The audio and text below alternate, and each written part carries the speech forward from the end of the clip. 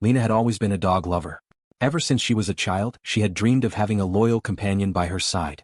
So when she moved into her new house in the countryside, she decided it was finally time. She visited a local shelter and immediately felt drawn to a large black-furred dog sitting silently in the back of its cage.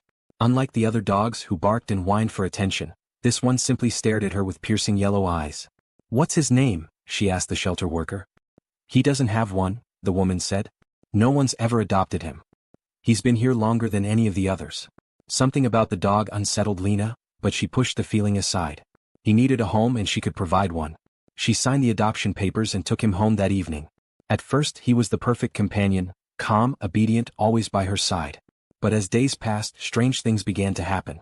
At night, she would wake up to find him sitting in the corner of her room, staring at her in complete silence. She never heard him move, never saw him climb onto her bed, yet every morning she would wake to find deep, muddy paw prints at the foot of her blanket. Then came the scratching. Every night, just past midnight, she would hear it, long, slow scratches against her bedroom door. At first, she thought it was him wanting to be let in, but when she opened the door, he would already be inside, staring at her from the corner. And the scratching would continue. One evening, as she sat on the couch, the dog beside her, she received a message from an unknown number. The text was short, but it sent an icy chill through her body. "Don't let him out.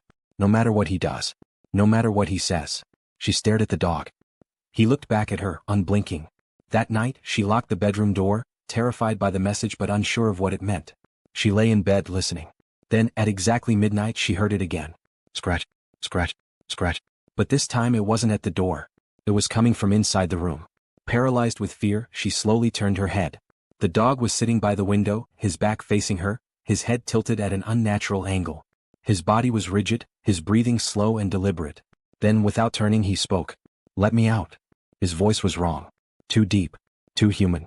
Lena bolted upright, heart hammering in her chest. "You're not supposed to talk," she whispered.